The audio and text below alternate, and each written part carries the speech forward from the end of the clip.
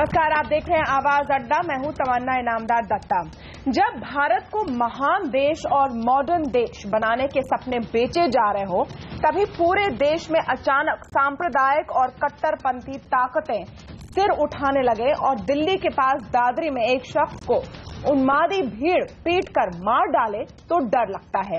ये वारदात डर फैलाने की सोची समझी साजिश तो नहीं, ऐसी अनेक घटनाएं हो रही है और पूरे देश में नेतृत्व वर्ग में इसके खिलाफ जो गुस्सा दिखना चाहिए वो नदारद है। करीब सभी रंग की पार्टियों के बड़े और जिम्मेदार नेता इन वारदातों पर चुप है। क्या इस घटना को भी हम एक मामूली घटना मानकर नकार दें? आवाज अड्डा में आज हम इस सवाल का जवाब तलाशने की कोशिश करेंगे। हमारे साथ है खास मेहमानों का एक बड़ा पैनल। बीजेपी के उपाध्यक्ष डॉक्टर दिनेश शर्मा हमारे साथ जुड़े हुए हैं, समाजवादी पार्टी के प्रवक्ता रविदास मेहरोत्रा, मुस्लिम पर्सनल लॉ बोर्ड के सदस्य कमाल फारूकी और वरिष्ठ पत्रकार राम कृपाल सिंह भी हमारे साथ जुड़े हुए हैं। स्वागत है आप सबका।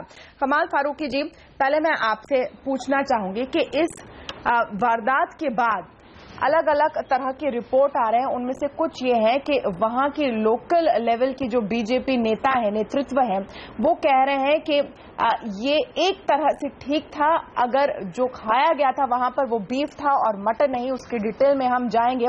क्या आपको लगता है कि जिस तरह की आउटरेज और गुस्सा दिखना चाहिए वो कहीं गायब है? हाँ, ये बहुत ही एक सोची समझी साजिश का हिस्सा है और पॉलिटिकली हमको ऐसा लगता है कि हर आदमी को इससे फायदा होता हुआ नजर आ रहा है कि किसी तरह से माइनॉरिटीज को बिल्कुल ऐसा कर दो कि उनके अंदर डर और खौफ पैदा कर दो और थोड़े थोड़े दिन बाद जो है ना इस तरह का वातावरण क्रिएट कर दो। जैसे आपने देखा कि ये बिल्कुल, अगर आप देखें तो ये एक बिल्कुल रिप्ले हो रहा है मुजफ्फरनगर का।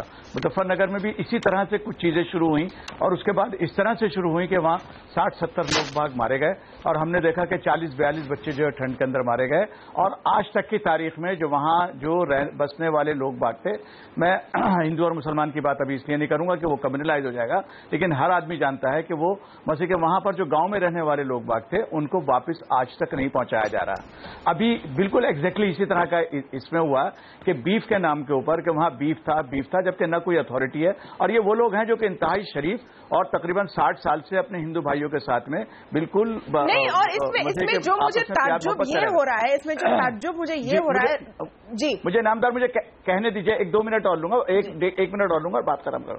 और उसके बाद आपने ये देखा कि उस बुनियाद के ऊपर बाकायदा मंदिर के प्लेटफॉर्म से, वे बहुत ही दुर्भाग्यपूर्ण है कि मंदिर हो या मस्जिद हो या गुरुद्वारा हो, उसके प्लेटफॉर्म को, उसकी बिल्डिंग को इसलिए यूज किया जाए कि वहां इंसानियत का कत्ल हो जाए। और वहां पर एक भीड़ बिल्कुल निहत्थे लोगों को उसमें से खींच के ले आती है, मारती है, खत्म कर देती है। अब किस्सा यहीं खत्म नहीं हो गया। ये पहली बात तो यह है कि उसमें अब एक दूसरी हुकूमत जो है ना वो ये बताने की कोशिश कर रही है कि फॉरेंसिक एक्सपर्ट को हमने ये दिखाने के लिए भेजा है कि वो बीफ था या नहीं था। मैं सवाल ये पूछता हूं, अगर ये बीफ वहां था भी तो क्या आप आदमी को बिल्कुल खत्म कर दोगे? इसी पर मैं आ रही थी जी। नंबर 2, हम दूसरों को भी जोड़ दें। बस बात खत्म हो रही। हाँ, बस खत्म, एक आधी सेकंड में। और नंबर 2 ये कि अब उसके बाद जो क्रिमिनल्स हैं जिन्होंने उनको मारा है उसके अंदर किसी किस्म का तफरीक करना बेकार है। लेकिन अब बिल्कुल उसी तरह की मुजफ्फरनगर जैसी महापंचायत करेंगे, उनके ऊपर ये 302 क्यों लगाया गया, उनके ऊपर वो कर दो। ये क्या कर रहे हैं हम लोग? हिंदुस्तान को ले कहां जा रहे हैं हम? बिल्कुल। राम कृपाल सिंह जी, यहीं पर हम आना चाहते हैं क्योंकि हर वारदात जब ऐसी होती है तो उसे एक आइसोलेटेड इंसिडेंट, यहाँ पर कुछ हो गया, ये होते रहता है। छोटी चीजें जिस रफ्तार से हो रही है उस पर क्या आप कहना चाहते हैं? क्या ये जो संकोच है या ये अंदेशा है कि एक तरह से कम्युनल डिसहार्मनी को स्लो बॉयल पर रखा जा रहा है, इसकी चिंता वाजिब है?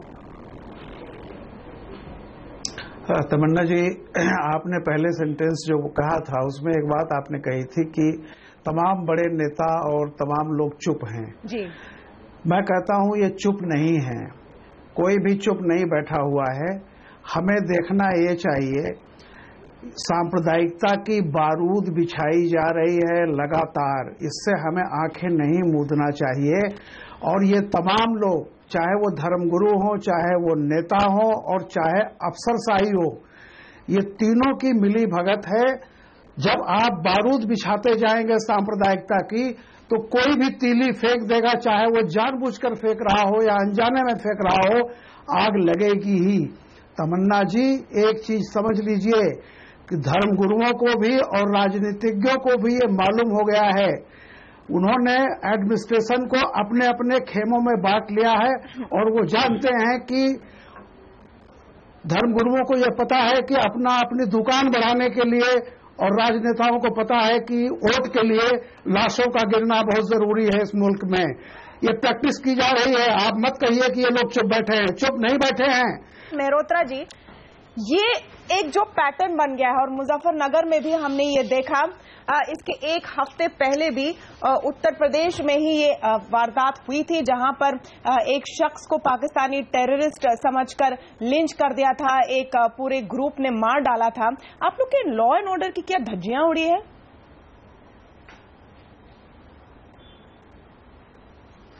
देखिए तमन्ना जी, एक शायर के माध्यम से बात कहूंगा कि नुमाइश तो गुलाबों की है लेकिन फिजा से खून की बू आ रही है। हम लोग ये चाहते हैं कि जो सांप्रदायिक सद्भाव है वो कायम रहे, किसी भी हालत में हिंदू मुस्लिम तनाव ना होने पाए और जो लोग भी इसके दोषी और जिम्मेदार हैं उन पर कार्रवाई हो। क्योंकि आज एक प्रकार से जिस तरीके से एक पूरी मॉब ने, भीड़ ने हत्या करने का काम किया है, ये जो है वो हमला है पूरा तरीके से उसके ऊपर, तो इसलिए इंसान खतरे में है। और जो सांप्रदायिक नहीं, मैं आपसे क्या पूछ रही हूँ मेहरोत्रा जी, आप लोगों की सरकार वहां पर है, यहाँ पर रिपोर्ट आई थी कि ईद के 2 हफ्ते पहले इसी गांव में बातचीत हुई थी कि अगर कोई बीफ खाते हुए पकड़ा जाए तो उसे मौत की घाट उतार देना चाहिए था। रिपोर्ट्स आई है, यहाँ पर ये जो माहौल है ये बनाया जा रहा था, ये पुलिस को नहीं पता था?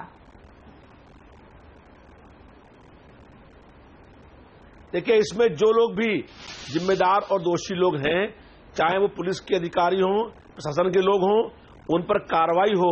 कि जब ये बात जो है 2 सप्ताह से मालूम हो रही थी तो उस पर उन्होंने कार्रवाई क्यों नहीं करी। और जो भी लोग इस प्रकरण में जिम्मेदार और दोषी हैं उसके मुख्यमंत्री जी जांच के आदेश कर दिए हैं। उसमें जांच के बाद जो लोग दोषी पाए जाएंगे उन पर कड़ी से कड़ी कार्रवाई होगी। नहीं, हर बार आप ये कहते हैं मेहरोत्रा जी, लेकिन ये आपको बताना ही होगा कि क्यों ये चीजें बार बार हो रही है उत्तर प्रदेश में। जैसा हमने बताया कि कानपुर में पिछले हफ्ते एक आदमी को मार दिया था, ये समझ के कि शायद वो पाकिस्तानी आतंकवाद है। इसके पहले मुजफ्फरनगर में भी हम हालात देख चुके हैं। क्या नहीं संभली जा रही है law and order situation Akhilesh सरकार से?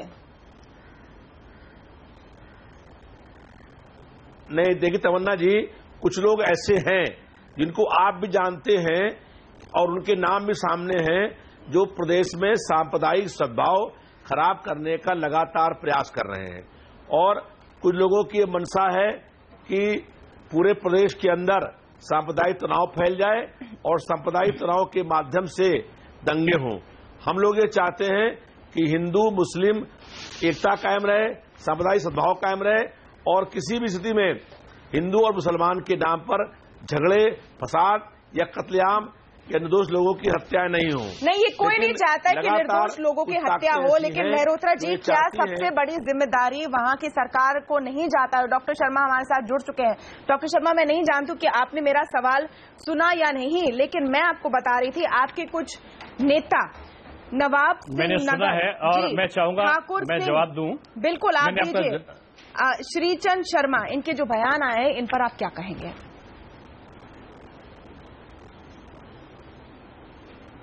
देखिए, पहली बात तो मैं ये बता सकता हूं कि लोकल स्तर पे इनके दायित्व तो क्या है और पार्टी में ये पद पे है कि नहीं, ये इनके बारे में मुझे जानकारी नहीं है। दूसरी चीज, ये दुर्भाग्यपूर्ण घटना है और इस घटना की प्रशंसा कोई नहीं कर सकता। ये हादसा है कि ये सुनियोजित साजिश है कि ये 2 लोगों की रंजिश है। पुलिस विभिन्न पहलुओं पर जांच कर रही है, जांच आने के बाद ही इसमें कोई निर्णय होगा। केंद्र सरकार ने इसके बारे में प्रदेश सरकार से रिपोर्ट मांगी है। मेरा सीधा से ये कहना है कि जहां भी ये जो धार्मिक या सांप्रदायिक उन्माद हो, पुलिस को तत्पर होना चाहिए। जो दोषी हो उसमें बगैर पक्षपात के उसके खिलाफ कार्रवाई करना चाहिए। घटना किन परिस्थितियों में हुई और किसके द्वारा हुई ये इतना महत्वपूर्ण नहीं है, लेकिन घटना को होने क्यों दिया गया, स्थानीय पुलिस प्रशासन क्या कर रहा है, ये उससे ज्यादा महत्वपूर्ण है कि उसने ऐसी घटना को रोका क्यों नहीं। कौन लोग इसमें दोषी हैं? इस प्रकार की हत्या का कोई भी समर्थन नहीं कर सकता, ना ही भाजपा नहीं, लेकिन इसके बाद नहीं, बिल्कुल कोई समर्थन नहीं कर सकता, लेकिन इसके बाद जी सबका साथ सबका विकास, इसीलिए मैं आपसे पूछ रही हूँ, सबका साथ सबका विकास का जो संदेश है वो ग्राउंड लेवल पर ऐसी चीजों से क्या बिगड़ नहीं रहा है? दूसरी बात, क्या ये एक तरह की रणनीति है कि नेशनल स्टेज पर आप लोग अलग मैसेज देंगे और ग्राउंड लेवल पर कुछ और हो रहा है? पूरे देश में हमारा मंतव्य एक ही है कि सबको 125 करोड़ जो हिंदुस्तानी हैं मिलकर रहें और सब एक दूसरे के धर्मों का पालन करें। उत्तर प्रदेश में भी गोकशी के संदर्भ में काफी कड़े यहां पर प्रतिबंध लगे हैं। खुद माननीय मुलायम सिंह यादव जी गौ भक्त हैं, तो इसलिए इस प्रकार की मैं खुद प्रश्न चिन्ह नहीं लगाना चाहता कि उसके संदर्भ में क्या कानून है क्या नहीं है, कानून का क्या लेना देना, ये क्यों घटने दिया गया, ये बड़ा प्रश्न मेरा एक सवाल है मेहरोत्रा जी, आप भी इसका जवाब दीजिए। मैं आपको कह रहा हूँ, वही कह रहा हूँ नहीं, सबसे पहले जो काम उत्तर प्रदेश, आपके सवाल का ही उत्तर दे रहा हूँ, बस एक पॉइंट में रखना चाहती हूँ, फिर आप पूरा कीजिए। पुलिस पहले जाकर उस मीट को लेकर फोरेंसिक लैब भेज देती है, जो खून लदे हुए कपड़े पड़े हैं वो तक नहीं उठाए कई समय तक। यहाँ पर क्या ये ज्यादा मायने होता है कि क्या खाया था? नहीं, ये गलत है कि क्या खाया था या इंसान की जान चली गई। लेकिन आपकी यूनिट की ये बात नहीं हो रही है। आपकी जो डिस्ट्रिक्ट प्रेसिडेंट है ठाकुर सिंह, आप देखिए कि वो क्या कह रहे हैं, नवाब सिंह नगर क्या कह रहे हैं। आप देखिए, मैं क्या कह रहा हूं, ये मैं राष्ट्रीय उपाध्यक्ष के नाते ये कह रहा हूं कि वो दुर्घटना दुर्भाग्यपूर्ण है, नहीं होनी चाहिए। जो मनुष्य की जान है वो हमारे लिए ज्यादा कीमती है। जो लोग दोषी होंगे उनको दंड दिया जाना चाहिए। मैं बोल रहा हूं, अधिकृत रूप में बोल रहा हूं, यही हमारी पार्टी की रीति सिद्धांत है। आप किसी मोहल्ले के व्यक्ति का बयान लेके आप पूरी पार्टी को बदनाम नहीं कर सकते। आप नहीं कह सकते कि बीजेपी का ये बयान है। बीजेपी के प्रधानमंत्री समय देश के विकास में लगे हैं कमाल और विकास में लगने के जी बिल्कुल। डॉक्टर शर्मा, मैं आपकी बात समझ गई। आप कह रहे हैं कि हमारा बयान जी, आप पूरी तरह से हट रहे हैं जो आपकी यूनिट है उससे, लोकल यूनिट। जी कमाल फारूकी जी। जी दिनेश भाई बहुत अच्छी बात कह रहे हैं। नहीं, यूनिट ने क्या कहा, मैंने कहा ना, मैंने यूनिट का बयान नहीं सुना है। सर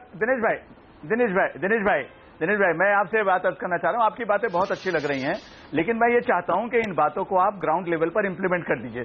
और आपको अब जो ये है ना, ये बात कहने की जरूरत नहीं। मैं समझता हूं कि ये बहुत मासूमियत से आपने कह दिया कि मुझे नहीं पता है। अखबार आके सर मेरी बात डॉक्टर शर्मा सुन लीजिए। सर दिनेश भाई इंतहाई अदब से मैं बात कहना चाहूंगा, अगर आप ये कहें ना कि आपको नहीं पता कि किसने कहा या किसने नहीं कहा है, पूरे मीडिया में, तमाम अखबारों में, तमाम मीडिया के अंदर ये बात छपी हुई है कि जो अपने आप को बीजेपी के लोग बाग कह रहे हैं और जो जिम्मेदार थे उन्होंने इस तरह का दुर्भाग्यपूर्ण स्टेटमेंट दिया है।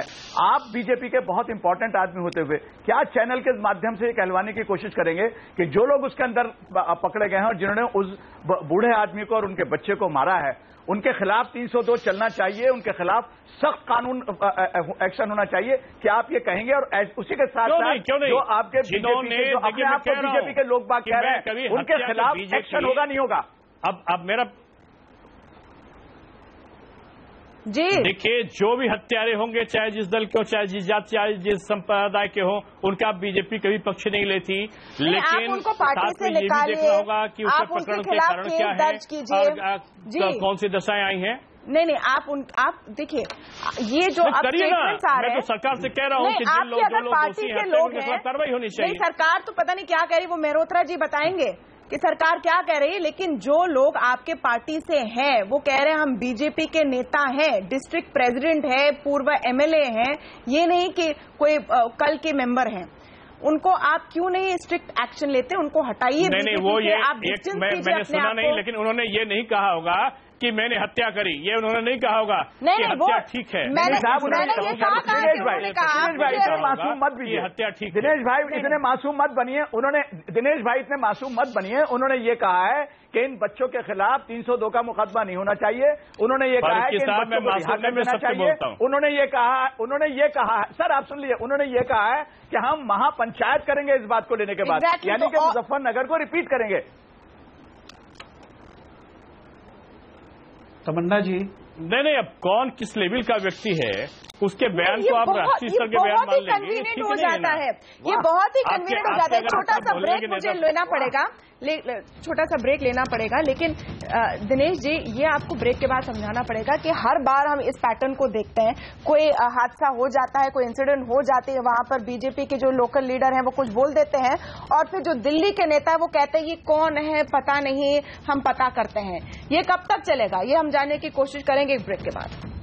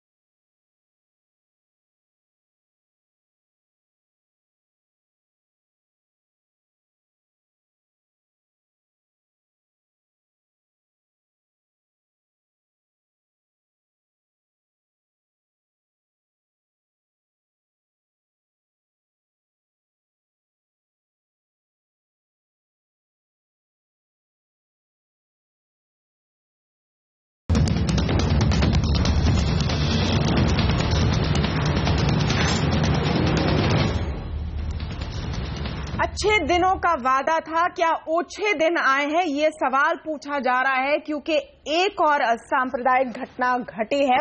एक बार फिर ये उत्तर प्रदेश में हुई है और ब्लेम गेम एक तरह से शुरू हुआ है अलग अलग पार्टियों के बीच में, लेकिन उस तरह से निंदा क्यों नहीं हो रही इन घटनाओं की। रामकृपाल सिंह जी, अपने ब्रेक के पहले सुना, कई बार दिनेश शर्मा जी कह चुके हैं कि बीजेपी इसके सख्त खिलाफ है। कुछ लोग कुछ कह रहे होंगे, ये हमें पता नहीं, हमें इसके साथ मत जोड़िए। और टेक्निकली देखें तो वो सही भी है क्योंकि ये घटनाएं उत्तर प्रदेश की है, समाजवादी पार्टी की सरकार है वहां पर और law and order state subject है। तमन्ना जी, मैं बहुत ध्यान से दोनों समाजवादी पार्टी और भारतीय जनता पार्टी दोनों नेताओं को बहुत ध्यान से मैंने सुना है। आप भी दोबारा इनकी रिकॉर्डिंग शायद होगी उपलब्ध तो सुन लीजिएगा। दोनों नेताओं ने अपने शुरुआत में इस घटना पर कहा कि इसकी तारीफ नहीं की जा सकती। किसी दोनों नेताओं ने, मतलब मैं समझ नहीं पा रहा हूं कि तारीफ नहीं की जा सकती, ये शब्द कहां से आते हैं? क्या ये घटना जो है इतनी काफी नहीं है कि आप कहें कि इसकी बिल्कुल निंदा करते हैं? नहीं, आपने ये तारीफ नहीं की जा सकती। हमने ये बात नहीं, आप सुन लीजिए प्लीज मुझे अपनी बात इनकी बात सुन लीजिए, इनकी बात सुन लीजिए। मेहरोत्रा जी और दिनेश शर्मा जी, उनकी बात सुन लीजिए, उनको बात पूरी करने दीजिए। मेहरोत्रा जी, उनको बात पूरी करने दीजिए, उनको बात पूरी करने दीजिए। मेहरोत्रा जी, आपसे ये टेलीविजन पर समाजवादी सरकार नहीं है, माफ कीजिएगा, पूरी मेरी बात सुन लीजिए, प्लीज सुन लीजिए। और पूरे 5 साल में आप सिर्फ एक काम के लिए खड़े हैं कि आप सड़क पर एम्बुलेंस लेके खड़े हैं कि जो घायल होगा, जो मरेगा, उसकी हम मदद करेंगे। मुजफ्फरनगर के बाद यही कहेंगे कि दोषियों को सजा देंगे। यहाँ ग्रेटर नोएडा में होगा तब भी आप कहेंगे दोषियों को सजा देंगे। आप प्रिवेंशन के लिए आए हैं, सजा देने के लिए इस देश की अदालतें हैं। माफ कीजिएगा, आपका काम सजा दिलवाना नहीं है, आपका काम है कि अपराध होने न पाए। लेकिन हर बार आप यही बात करते हैं। और मैं जिस तरह से बीजेपी से भी सुन रहा था, ईमानदारी की बात जो मैं कह रहा था उसमें इसकी पुष्टि होती है कि आप सब लोग इस बात की तारीफ नहीं की जा सकती, इस बात की प्रशंसा नहीं की जा सकती। दोनों नेताओं का ओपनिंग रिमार्क किया था। आप खुद अपने रिमार्क पर सोचिएगा कि इस इतनी बड़ी घटना पर अगर आपके ओपनिंग रिमार्क किए हैं तो बात कीजिएगा, मुझे इसके आगे कुछ नहीं कहना है। ओके, यहाँ पर मेहरोत्रा जी आपको जवाब देने का मौका मिलेगा, लेकिन ये बताइए, मुजफ्फरबाद के बाद फैजाबाद, कानपुर, अब दादरी, और हर बार वही रटाई डायलॉग कि हम इसमें पूरी तहकीकात करेंगे, जिसने किया है उसे छोड़ा नहीं जाएगा। लेकिन ये आप एक तरह से इन फोर्सेस का काम आसान कर रहे हैं।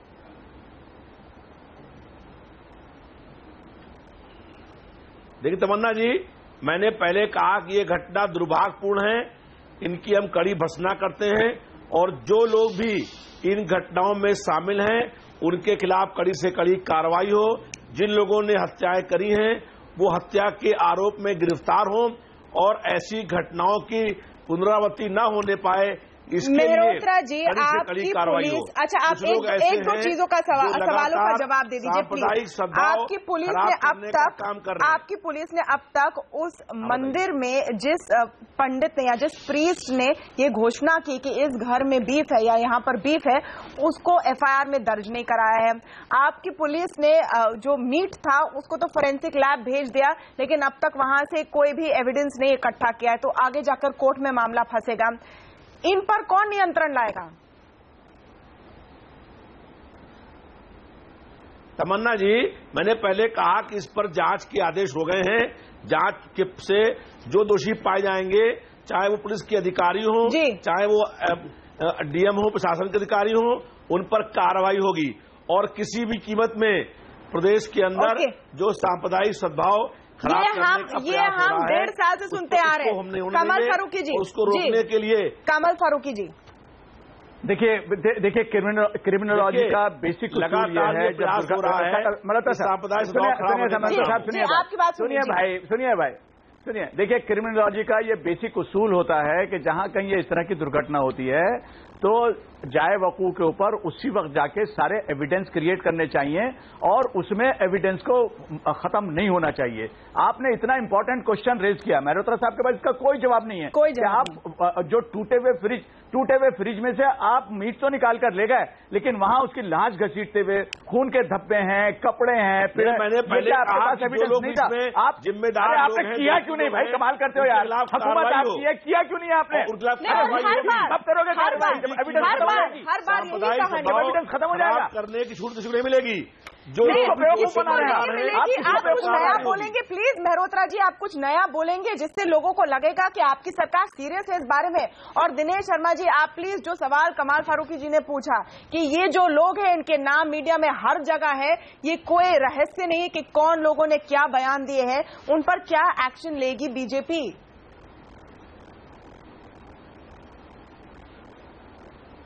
नहीं, बीजेपी का अधिकृत बयान मैंने बता दिया कि बीजेपी हिंसा पर विश्वास नहीं करती, सांप्रदायिक सौहार्द बने इसके लिए सबको मिलकर प्रयत्न करने की आवश्यकता है। आज केवल खबर के माध्यम से सनसनी पैदा करना भी मैं समझता हूं कि दायित्व नहीं है, बल्कि हम पैदा कर रहे हैं। घटनाएं ना हो उसके लिए भी हम क्या कर रहे हैं और उसके लिए भी हम लोग मैं उसको कह रहा हूं, उसके लिए भी हमको सबको प्रयत्न करना होगा कि इस प्रकार की घटना देने वालों को प्रोत्साहन न मिले, जो हिंसा फैलाते हैं उनको प्रोत्साहन न मिले, जो सांप्रदायिक एक्शन होगा जो सबको बैठ के उनके खिलाफ क्या एक्शन होगा जो ये बकवास कर रहे हैं, उनके खिलाफ क्या एक्शन होगा जो ये तमाम हेटरेट फैला रहे हैं और जो वहां पर कर रहे हैं उन्होंने कैंप लगा रखा है। जो देखिए, इसके लिए हमारी अनुशासन कमेटी है। अगर कोई पार्टी का पदाधिकारी होगा तो हमारी अनुशासन कमेटी उसके खिलाफ कार्रवाई करेगी। लेकिन हम अभी से आपसे कह दें, हाँ, 3 दिन से सब बातें सामने आ रही हैं। जो अगर कोई हमारे कमेटी का मेंबर होगा तो हमारे उत्तर प्रदेश की इकाई सक्षम है, वो उसका गुणदोष के आधार पर जो भी गलती पाया जाएगा समाप्त है। लेकिन लास्ट लाइन जी, निष्पक्ष होकर कार्रवाई रामकृपाल सिंह जी, जिस तरह के आंसर आपने सुने हैं दिनेश शर्मा जी से और मेहरोत्रा जी से, बस बिल्कुल समय समाप्त है। लास्ट लाइन रामकृपाल सिंह जी, आपसे क्लोजिंग रिमार्क, जब तक ये सीरियस नहीं होंगे ये चलते रहेगा, बस एक लाइन में प्लीज।